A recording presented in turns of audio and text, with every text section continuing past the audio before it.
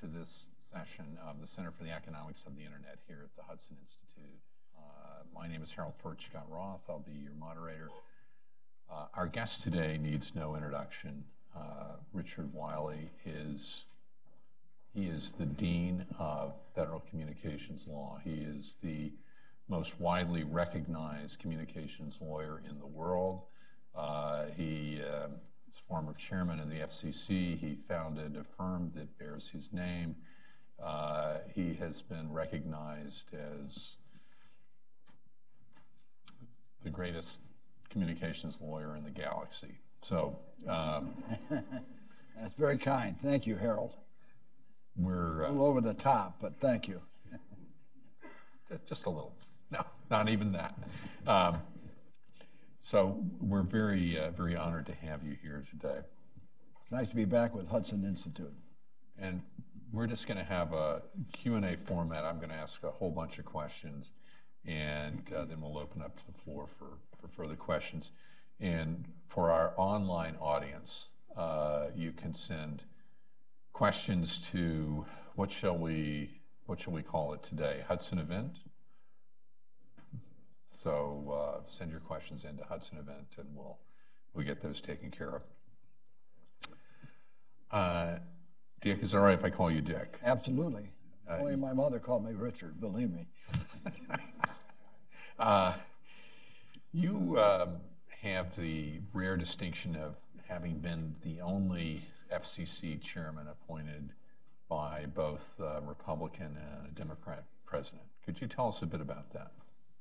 Well, I had been at the commission for about 6 years, and when, I don't know whether you remember the election of November of 1976, but Jimmy Carter beat Jerry Ford, and so I assumed that I would be moving on, and I decided to tell the Carter transition team that my term ran out the following June, and I was going to continue to serve my term. I was going to finish it.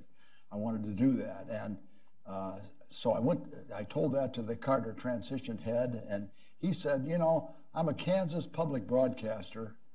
I'm familiar with your record. If you're going to stay, why don't you just remain as chairman? To my great surprise. And I said, well, I can do that, you know? And so I went back to the FCC, and I got together with the 3 Democrats. We had 7 members at that time. And they were all friends of mine. And I said, guys, you're looking at the next chairman of the FCC. And there was a few grumbles and what have you, but ultimately I got some handshakes and I remained. So everything was going good, and I was just operating as I'd always operated. I got to know the Carter people at the White House, and we traveled internationally to some meetings abroad, and June came, I got a call. I said, well, this is it this time. And I told my wife, and I went over, and they took me to see the tennis courts. They knew I was a tennis player. And then they took me to the Oval Office. Jimmy Carter was away that day, and I wondered what was happening. And finally, they took me to lunch and said, hey, could you stay some more? Could you stay till Labor Day? And it turned out to be just about a year from the time that Ford lost that election that finally I was replaced. It was a good experience for me. I did get to know all those people over there when I went back into private practice. It was a good experience. I even ended up hiring one person from the staff, a fellow named Rick Neustadt, whose father was a famous Harvard professor of history. And I liked the job. That's why I remained. So it was a decent experience for me. What were the differences between the Carter White House and the Ford White House? Well, actually, the unusual situation was that Ford and Carter had largely the same positions, pro-competitive and moderately deregulatory for the time in the 70s. And that's certainly the policies I had, so I didn't really have to change any of the things that I was doing. It really was a good experience. And one thing I found out is when Carter came in, he changed our salary from $40,000 to $50,000. And I said, not so bad to be a Democrat for for a short time. But Senator McClellan told me that, boy, we're going to reappoint you. And I decided that was one step too far. My wife wanted me to get out and get a job in the private sector. And also I felt I was a Republican. I wanted to stay a Republican. What was it like? Were there any big differences in having 7 commissioners versus 5? You know, it was a different era then. And so, you know, my view is that I wanted to involve the other commissioners and try to get their support for what I was attempting to do. And so I had to, you know, I walked the hall a lot, got to know them, got to know their staffs, knew what they were interested in. It was a little bit more awkward because you had a lot of people to see. But I started a series of rotating dinners at each commissioner's homes. Started with my home, and then we went around. And it's a little harder to curse out the chairman on Monday morning when you've been having dinner with him and his wife on Saturday night. So I think those kinds of things built cohesion and built relationships within the commission. I think it's a good thing. A little harder today because obviously we have a partisan divide that we didn't have in as much in the Ford Carter era.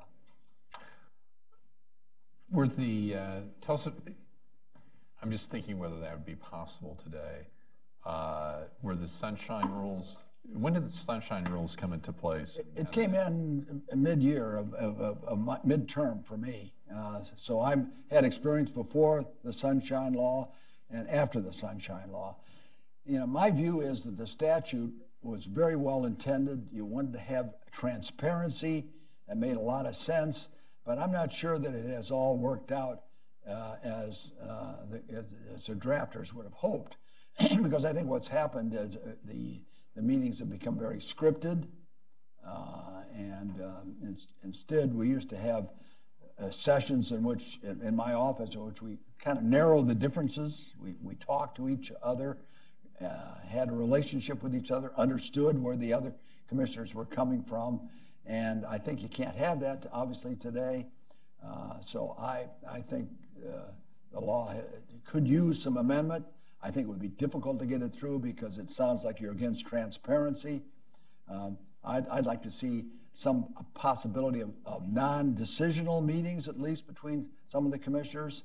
Obviously, the meetings of their staffs is very helpful, but it's not the same thing as people who have the vote coming together and talking to one another about their concerns and their differences. Now what we get is we see their independent statements coming out after the deed is done, and you know I think it's not as effective as it should be. So I had it before and I had it after. Yes, and my understanding is that at one time while you were there, there wasn't nearly the backlog of items that there is today, and that a lot of decisions got made at a public meeting, and whereas today things can languish for years or decades. Well, actually, we did have backlogs, and that's one of the things that I was a hawk on. When I've been general counsel, I've been commissioner, so I really knew the commission when I got to be chairman. I was very fortunate to have the 3 best jobs at the commission in my 30s, in case you're counting. And so I remember the first week I was chairman, I asked each of the bureau chiefs to come in and identify for me every item that was a year old in their down in the bureau. And I said, I'm going to put out a 3-month calendar in advance. So when can you get this item up? And I'd say, can you do it next June? And they said, oh no, we can't get it, but we could do, how about July? I'd finally get them set for September. And then we'd have it, and then I'd put that out and sort of lock everybody in. Now, in those days, Harold, we didn't have meetings once a month. We had meetings 3 times a week. I told the commissioners, Monday and Friday are yours. If you want to make speeches and go someplace, that's fine. I want you Tuesday, Wednesday, and Thursday here.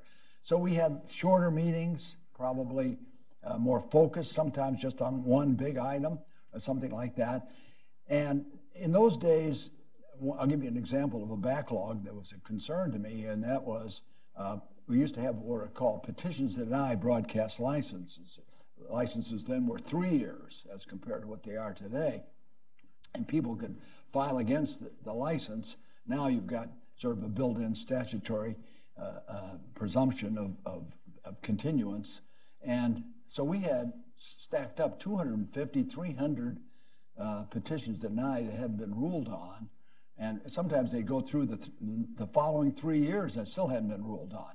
So I established a petition to deny day, and we take up 25 of them at a time. And I'd always make sure there were a couple there that had problems, so that it didn't seem like just a routine operation. And within a year or so, we were able to clean that backlog up. So I do think the importance of moving paper at the commission is something essential. And I think the current commission operates, I think, very effectively. I think Chairman Pai, whether you agree or disagree with certain views that he may have, is operating a very efficient commission, and I think getting things done, which is good. How did, over the years, there are new technologies that come before the commission, new satellite programs, new cable services, new wireless services, new types of equipment. How has the commission handled new technologies over time, and what processes of handling new technologies work and which ones don't? Well, you know, it's a difficult thing for the FCC. It's a small organization, and technology moves so rapidly today.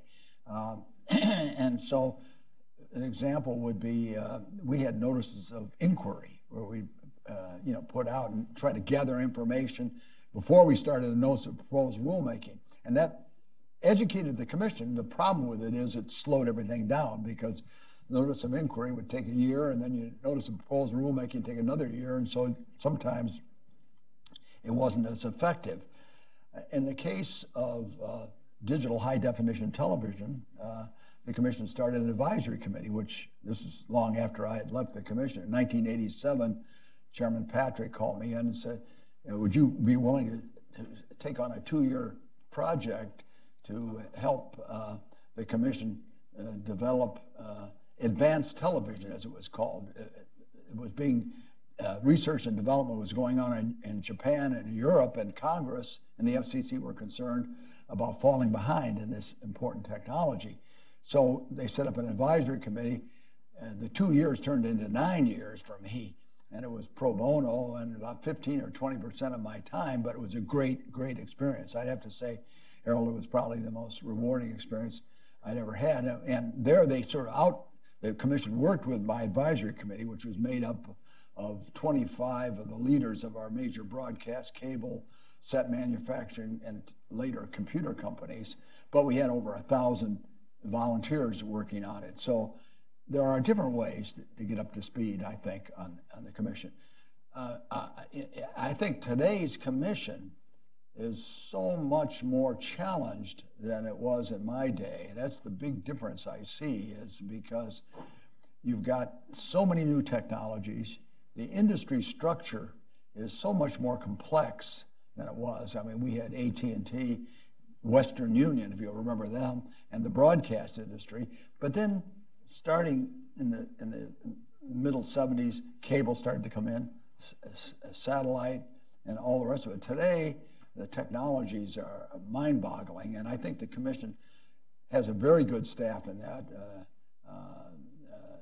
I think the Office of Engineering and Technology does a terrific job. I think Chairman Pai, I came here to this room and listened to him when he announced the new economic division that he set up. I think that was a good step, because we've had a good general counsel's office, a good engineering department now with the economy, and I think that's very good. So there are a variety of ways in which the commission can try to learn, but it's difficult for a small agency, because the technology is unbelievable. And look, HDTV, widescreen, tremendous development for the country. But look, the technology that we were dealing with and developing is 25 years old now. So we've got next-gen TV so quickly on the scene, but it's an IP-based standard, something that you would never have thought about in 1987 when we were working on this. And it gives the possibilities of much better reception for mobile and handheld, which is not what we were focusing on. We were focusing on widescreen, high-definition television. And that was terrific, and I love it in my home, and you probably do in yours. But I think the new technology, the new standard, which the Commission has just adopted on a voluntary basis, is going to bring many, many more services. I think will be including targeted content and advertising and emergency warnings and all the rest, data distribution. You mentioned that you had daily meetings. Were there more? How have the dynamics among the commissioners and the chairman changed over time? Well, you know, when I was there, the president made the minority appointments. He really made them. And so, you know, I actually talked to all the people who were coming on, Republican and Democrat. There were a number of changes that were made in just during the 3 or 4 years that I was chairman. Today, as we all know, the minority appointments are not made by the president. The Democrats today are going to be made by the Hill, by Senator Schumer, and the same thing was true with Mitch McConnell. And we're getting very highly qualified people. Let me make that clear. I mean, it is the people who come from the Hill. All these folks are from the Hill, but they all come to the Commission with the ties with the Hill, and so they tend to have sort of political viewpoints. And I think that makes the agencies, not just the FCC, but all the regulatory agencies, sort of little Congresses. So it's sort of, you got your Republicans, you got your Democrats, 3 and 2. In my day, I'd have to say some of the Democratic commissioners were to the right of me, probably. I mean, Jim Quello was a broadcaster appointed, and he served 23 years, appointed by 4 Republican presidents. Glenn Robinson was a law professor at the University of Virginia. He was a libertarian. When I started proposing educational informational programming for children, that broadcasters ought to do that, he thought that's something that the Commission shouldn't get into. So he was over there a little bit to me. So the appointment process wasn't perfect then either, because maybe you got too much homogeneity, sameness. We all thought the same thing. That's clearly not true today, but we do get, I think, a more politicization of these issues. And you know, when you think about it, the FCC issues aren't inherently partisan, I don't think. Maybe I'm being naive in that regard, but I don't think it's necessarily that they have to be that way. But I will say this, I think, and I'm not gilding the lily here, Harold, but I think we've got probably as competent an FCC as I've seen in all the years I've been there. Every one of those commissioners, whether they're Republican, Democrat, liberal, conservative, they have strong viewpoints. They work like dogs, because there's the technology and the demands of the job is so overwhelming, and their expertise, you know, is really beyond, I think, what we had when I was there. But, Harold, you would have a hard time getting on the Commission today because you came from the House. It's primarily Senate staff people, right? Or people who the Senate knows well. Now, in this case, I think the rumor is that the new person will be appointed from the FCC staff, but ties from the Congressional Black Caucus. So if you look at every one of the commissioners, they've got a tie to the Hill, except for Brendan Carr, who is, of course, is a majority, and he's close to the chairman. But, you know, Congress is the people's representatives, and so they should have an important role, I think, in these agencies. But I would like to see the commissioners work together more effectively. I have to say, it's been a few years since I was on the Commission, but outside of some media issues, I don't think there were any. Everything else was completely nonpartisan. You couldn't, if you said there's a telephone issue or there's a cable issue, there wouldn't be any obvious side for any commissioner on that. Whereas today, unfortunately, a lot of times it seems to be a predictable partisan divide on just about every issue. It seems that way, but if you look at it, they do get together on the basics of a lot of important issues. I mean, if you look at auctions, I mean, I think they may have had differences of some of the situation, but they generally agreed on the major principles. It's true on spectrum, the 5G development. Yes, there's differences on local deployment and all the rest of it, but a lot of fundamentals, there's agreement. And you know, I think the chairman just needs will and continue. All chairmen need to continue to work with their colleagues. I remember giving advice to one of my successors, and he was railing about the fact that he didn't care for the commissioners that he had. And I said, I won't mention the name, but I said, these are the only commissioners you're ever going to have. So you might as well try to make every effort to get along with them. And certainly that was one of the strengths that I had, is to try to do that. And I think, I'm sure Tom Wheeler and Ajit Pai both are, in their own ways, have tried to do that. I'm sure every chairman probably has. What has the role of the White House been, and how has that changed over time? You mentioned about the Ford and the Carter White Houses, but what about the subsequent White Houses relative to the FCC? You know, with a couple of exceptions that I can think of, Ronald Reagan and FinCEN, the Financial Interest and Syndication Rule, which Charlton Heston came in and convinced him to go against the conservative chairman, Mark Fowler, and keep those rules. And maybe whoever from Silicon Valley or whatever may have convinced President Obama to go Title II. I think largely speaking, I just use those as examples, whether they're apocryphal or not. I think largely the influence of the White House is generally overstated. I was there during what some people would regard the bad old days, you know, the Nixon administration. So it's allegedly the Washington Post, the commission was after the Washington Post owning stations. I can tell you, I never got a call on that. And as a matter of fact, I never got a call on anything in the White House. I was beginning to wonder what was wrong, because nobody ever called me. And I can tell you, in the case of the Washington Post, John Dingell sent affidavits out. We all had to fill out affidavits. I filled one out easily because no one had ever talked to me about that or anything else. So I think largely the independence of the commission is respected, I think. Now, there may have been certain chairmen that had very close ties to the commission and to the White House, and which I didn't have. I was from Illinois. By the way, I probably wouldn't have gotten a chance to serve today because I was just an Illinois antitrust lawyer, wanted to go to the Federal Trade Commission, and the White House said they've got a position they wanted to fill, and would I like to go over to the FCC? And I said, Federal Communications Commission. So I had no background in that field at all. But, you know, so I think Reed Hunt, excuse me, had particularly close ties over the commission, over the White House, and which I didn't have. But other than that, I think generally speaking, the White House does not get involved in the commission. How has the role of non-chairman commissioners changed over time?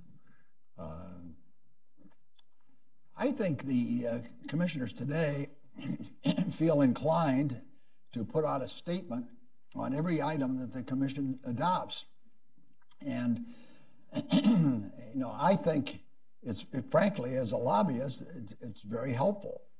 As someone who's interested in everything the commission does and sometimes interacts with the commission, I find them very impressive, very useful. I understand where they're coming from. But it probably, in some instances, tends to emphasize differences more than agreement, because they all have individual things that are going to focus on. And yes, I'm generally with the chairman on this, but I think the way we did it wasn't quite right, and all the rest of it. So you do see, in my day, it was seldom that we had independent statements put out by the commissioners. And since I was generally in the majority, I didn't put them out very often. So there wasn't that kind of information around. Today, I think it's very helpful to see where people are coming from. And you know, so that'd be my position. You've seen lobbying at the FCC from both sides, and you've seen it over a period of years. How has advocacy at the FCC changed? Well, I think, you know, it's certainly improved in the sense that the commission has rules now on ex-party statements. I give some credit to some of the public interest groups who suggested that everybody has to put in an ex-party statement on permit but disclose items. I think it's helpful to know who's gone in. I'll be sitting in my office. I find out that Furchtgott-Roth has been in trying to see the commission on the other side of an issue I'm in, and he's generally, I find out what he more or less said in there, and then I can decide whether I want to go in. I think that's good. Another rule is a 48-hour rule. If the staff is going to decide something, the other commissioners are supposed to be informed about that. I think that's all good. Another improvement, I think, is that the public interest groups, the community, the citizens groups, so to speak, are better funded today. I don't know who is funding them, but they have certainly are able to, I think, put together folks that and expertise that equals the industry's representation in many respects, and that's probably a good thing. Sometimes, if I were going to be critical, I think sometimes people feel inclined to fight the last war. And so you end up with a newspaper broadcast rule being still supported by people who should have realized that rule has long, I put that rule into effect when newspapers were dominant. And we were concerned about them, you know, really superimposing their views on television and radio stations they might own. That's ridiculous today. And that rule should have been abolished, you know, 10, 15 years ago. But people got imbued with it and had a tendency to fight it. So the other thing I think sometimes is, you know, this is true on both sides, is I think the degree of enmity sometimes rises higher than it should, you know. I don't like to see people parking in Tom Wheeler's driveway and blocking him from going to work. I certainly don't like to see people making threats against somebody's life like it happened with Chairman Pai. I had some very contentious issues at the commission, but nothing like that ever happened, thank goodness. And I think it's way, way over the top. People ought to have the right to criticize FCC commissioners, disagree with them, express their viewpoints in a free society with free speech, but making threats people have lost their poise and their sensitivity, I think, in that type of situation. So I think lobbying generally, though, is much improved, and you've got a balance. Why do you think we've had this kind of increased hostility and coarseness in some of the advocacy that wasn't around in your time or my time? Yeah, I don't know. I mean, you know, the network neutrality issue has really, I think, caused a lot of people to become very agitated, and maybe that's had some effect. That has obviously been the one issue that has caused some of this, but I can't say. I think it's unfortunate. Chairman Pai has initiated some transparency rules to help make the commission process a little less opaque. Could you tell us a bit about those? Yeah, I think that's really added to the improving the lobbying, if you will. I mean, the fact that we know what the notice of proposed rulemaking is going to say. When he proposed that, I think some people thought, gee, that's kind of crazy, you know, and it's going to It's going to have the cake out there before it's really baked. But it's really, I think, now we know, when you go in there, you know what the issues are going to be, what the commission's really thinking about. You're not arguing something that's totally irrelevant. You know basically, what the major posture is of issues. And I really have to applaud Chairman Pai. I think it's worked out extremely well, and it has added transparency to the government. And if we're talking about that for sunshine, that's certainly very much sunshine, I think. And so I think it's a good step forward. And I think having something every month, I should say, because we did meet, as I say, a couple times a week, but every month like that, where he's trying to modernize rules, things like that, I think he's moving the commission. The Initial Communications Act was passed in 1934. Minor amendments every year, major changes in the 96 Telecom Act. Is the law still working? Does it need to be changed? What do you think? Well, I think the 1996 Act was really a major milestone. It had been worked on for a very long time on a bipartisan basis, with a lot of interaction between the Hill and the industry and public interest community. I think it was an excellent act. It opened all markets to competition. So I'm not one here to put it down. But the reality is it was a victim of its own chronology, in the sense that, just think of it, 1996, it mentioned the internet, 3 or 4 times. Broadband, probably not at all. I mean, it just happened to hit at a time when the technology was going to be going through a tremendous development with the internet, which is really the big thing that's changed our whole field more than anything else. So I'm with Chairman Walden on that. I remember coming to a Hudson Institute event that you had, Harold, a few years ago with Chairman Walden, in which he was trying to talk about the development of new legislation.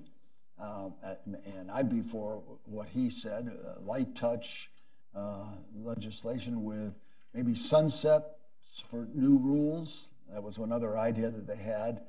So you wouldn't have a newspaper broadcast rule kicking around for 43 years beyond its any kind of rationality. But with the network neutrality situation, with the partisan divide that we have today, I think a new legislation is probably not going to happen, a big major bill. So I think what we're likely to see more is smaller acts. For example, the Ray Baum Act that just was put through, in which we got a lot of bipartisan support for, not just because it was named after a terrific individual that everybody knew, but because, it dealt with spectrum repacking, dealt with ideas of mobile now, finding new spectrum, possible new auctions. There are a lot of good things in that bill. If you haven't had a chance to look at it, I think it was a really good thing. And I think maybe we see more of that effort in which you could get bipartisan support and have smaller bills. I would like to see the big comprehensive legislation. I'm still for that. I hope it can come around maybe after the next election, depending on the makeup of the Senate and the House. It'll still be a possibility, but I don't foresee it until the network neutrality issue gets solved. And by the way, on that particular issue, and I don't mean to enter that thicket myself substantively, but I do think that there seems to be a lot of commonality and agreement on general principles of no blocking, no throttling. You do have some differences on paid prioritization, but it's something that can maybe be worked out in the legislative process. So at some point, it would be great if Congress could step in and solve that issue, and we don't have to have years and years of litigation and ping-ponging between Title I and Title II, and the next administration, if it turns out to be Democrat or the Republican, go back to Title II. I don't think that's in the public interest to have it back and forth like that. So I'd like to see I'd like to see legislation if that were all possible. Otherwise, the courts will have to settle it. Looking back on your career, what were some of your greatest professional accomplishments, and what would you say were some of your greatest missed opportunities? Well, I mean, to have those three great jobs at the commission and to get to know the unsung heroes of the commission, and that is the career staff, because, you know, as a young guy coming in there as a Republican, the first Republican on the scene as general counsel for some time, I had an all-Democratic staff. I remember walking in the door for the first time at the FCC, the guy came out and said, "I'm your only Republican on the general counsel staff." I said, "Oh, great, that's wonderful." Well, the Democrats that worked for me, they respected the elections and the election results, and I think that's been generally true of the commission staff through the years. They're professionals, and they do the job. So it was a great experience to be 35 years old and have that job, And then within a year, I got called in one day by Chairman Birch and said, "What are you doing about becoming a commissioner?" I said, "Well, I'm not doing anything. I'm working as general counsel." "Well, one of the commissioners is leaving, and if you don't get over the White House, you're going to lose out." And so I went to the White House, and the White House said, "Well, there's a key person on this. It happens to be a senator wants, somebody very importantly, and we would go with you, but this senator is very important." Well, it turned out to be Chuck Percy from Illinois, whom I knew very well. So I was able to make the sale, so to speak, on that when I got to be a commissioner. And then it was just a matter of time till I got to be chairman. So that was a great experience. Then, finally, when they did come and get me in October, late October of '77, I went to Kirkland Ellis, which was a terrific firm. I was from Chicago, and I had 5 wonderful years with Kirkland Ellis, but I was the first victim of the Bell breakup because the firm took one of the Bell spinoffs in Chicago, and at the time, prior to the 1996 Act, I was representing the newspaper industry and other GTE and other companies on the other side, and so I had to leave, and so I left, and that's when we started Wiley Rein in 1983. So 35 years of that firm has been a great experience for me, and I love that every minute of it. But I'd have to say those 9 years of pro bono working on the development of HDTV was probably, for me, the most rewarding experience I had, having 1,000 people to try to maneuver around and learn the technology and work with all these wonderful engineers who always try to find solutions on a peer review process. And that was a really remarkable experience. And I'd have to put that number one. In all due respect to my partners and all due respect to my fellow colleagues at the FCC, that was, for me, just happened to be the top of it all. But I've liked every job I've had, so going back to even being a JAG officer when I first came to the FCC at the Pentagon, to Washington at the Pentagon. Well, I've been monopolizing the questions. I'm going to open it up to the floor for questions and also for our online audience to submit questions to Hudson event. Questions from the audience? Gentleman in the back there. John Feroldi from Charter Communications. My question is a philosophical one, and that is, do you see the FCC becoming more of a promoter of the future rather than a regulatory body? Well, I think the regulatory issues and their responsibilities on regulation are there under the statute. They have to process licenses. They have to make those decisions. But I think they're trying very hard to stay current with regulation, as indicated by next-gen television, by 5G. I think what they're doing there, you can, again, argue, tribal lands or local local restrictions and all the rest. I'm not getting into that, but I think they're trying to be cognizant of the future of it, and I applaud them with that. But they still have to keep their statutory responsibilities alive. And there are a lot of people, a lot of businesses with important public interest responsibilities or activities that they've got to make sure continue to operate effectively.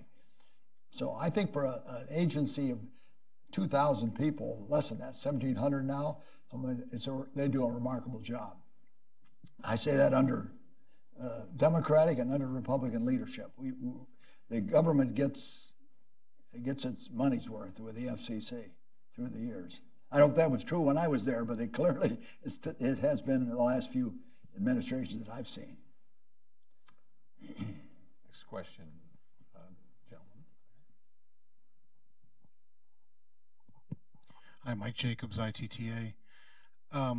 Wondering what your views are on delegated authority, how it's being used now, what do you think the normative is, how you used it? You know, I think probably my views are a little different. I thought I'm the chairman, and I know the staff was going to, be cognizant of my views and respectful of them. So I was always thought it was great to have delegated authority and have things that weren't new and novel being done at the staff level. And I thought that was good. And if there was a problem, it could come up to the 8th floor. So I remember we had those backlogs. I called in Roy Stewart, who was one of the finest staffers I ever saw. And I said, Roy, get it done. If you have problems, bring it up to me. I'll make the decisions, but let's move the paper. I know that some of the minority commissioners today are concerned that things are being done at the staff level that they don't get to know about. And I do think the 48-hour rule is a good one, as I said earlier. So, but I generally be for letting the expert staff decide things that don't rise to the level of the commissioners. And certainly, as a lobbyist, a lawyer before the commission, I spend most of my time off the 8th floor talking to the staff. And that's where a lot of the activities gets done. And you look at it, and there are people there that were there when I was there. They've been there all those years. You've got a really expert staff. Next question. Looking at the issues that are before the commission today, and take off, any client interest here, what do you think are the main issues the commission should be addressing, and are they addressing them, or are there some that you think they're just not as focused on as they should be? Well, one of the things I think one of the great improvements, and I certainly didn't make it, was auctions. When we were there, we had comparative hearings. There was a license available, and you had these long, drawn-out fights between people, like little trials. That was clearly, time-consuming, expensive, and not very productive. Then we went to lotteries, and that's where, you spun the wheel and people were trying to speed it up.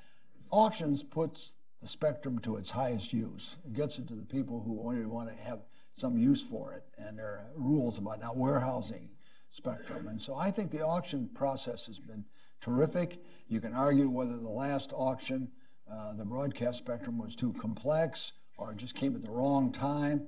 Clearly it didn't produce the dollars that people wanted revenue-wise to the Treasury, but it cleared 84 megahertz of spectrum. It was a big success, I think, and I think the Commission, both Republican and Democrats, want to see more of that. The Congress wants to see more of it. So it's one place where you can really see bipartisanship. The Congress wants it because they have revenue problems, and again, there may be spectrum that can be repurposed. One of the things, the big challenge for the future will be federal government use of the spectrum. As an American, I certainly don't want to see the Defense Department or any of our important safety agencies not to lose some of their spectrum they absolutely need. But there may be a way in which there can be sharing, greater sharing. There may be incentives by the federal government, this is what the FCC is working on, to try to give up some of the spectrum or share it again with the private sector. So I think that's That's really, really important, I think. And then these new technology areas that I've already mentioned, in the video area, in the 5G, I think those are tremendous new developments. Gentleman here. Thank you, Mr. Wiley. And I have a question. You mentioned 5G. To what extent is the FCC going to get involved with self-driving cars? With cars? Yes. Well, I think again it's a question of whether or not, you know, the Internet of Things, if the spectrum is going to be there for those kinds of things, and I think that's one of the developments that could come along. I don't think the FCC will be specifically involved. There'll be other agencies that'll be more important, but one of the things they've got to make sure is the spectrum is there and available for technologies like that. And I think that's what the Commission is attempting to do. And you just think about it. I mean, we may have big monolithic 100-foot, 200-foot towers that we've always had in 4G in earlier generations, but this idea of small cells, or you can have them embedded in light poles and on rooftops, you know, is really, I think, a magnificent development of technology. And I've already talked about next-gen TV. And with that, please join me in thanking Chairman Dick Wiley. Thank you.